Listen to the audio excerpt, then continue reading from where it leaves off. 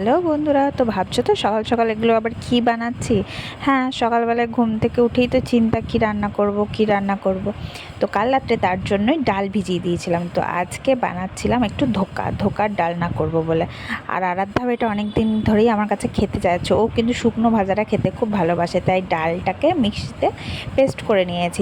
ডালের সাথে কিন্তু একটু আদা কাঁচা লঙ্কাও দিয়েছিলাম। তো ওটা ভিডিও করতে কিন্তু আমি ভুলে গেছি। তো তারপরে দেখো এটা হাতে করে চেপে চেপে সেট করে তারপরে পিস পিস করে কেটে নিচ্ছি আমি। এটাকে কেটে নেওয়ার পর একটু সেট করে নিলেই, গরম অবস্থাতেই সেট করবে, তাহলে থালায় কিন্তু একটু তেল মাখিয়ে নেবে, তাহলে এটা তুলতেও সুবিধা হবে। তো এ দেখো পিস করে কেমন উঠে যাচ্ছে। তো এটা কিন্তু তারপরে তেলে ভালো করে ভাজতে হবে।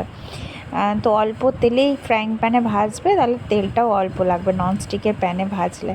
দেখো লাল লাল করে কেমন ভেজে নিচ্ছি আমি। ভাজার পর তারপরে কিন্তু এটার কারি করেছি একটু আলু দিয়ে। ওই যে বললাম কি রান্না করব, রোজ আর সবজি খেতে ভালো লাগে না, তাই আজকে ছোলার ডালের ধোকা করলাম।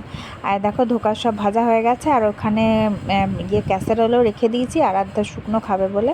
আর দেখো তার জন্য মশলাও করে নিচ্ছি। কারিটা করব বলে এখানে পেঁয়াজ আদা রসুন পেস্ট আর জিরে গুঁড়ো ধনে গুঁড়ো একটু লঙ্কা গুঁড়ো দিয়ে একটা মশলা বানিয়ে নিয়েছি, যেমন আলুর দমের মশলা হয় সেরকমই।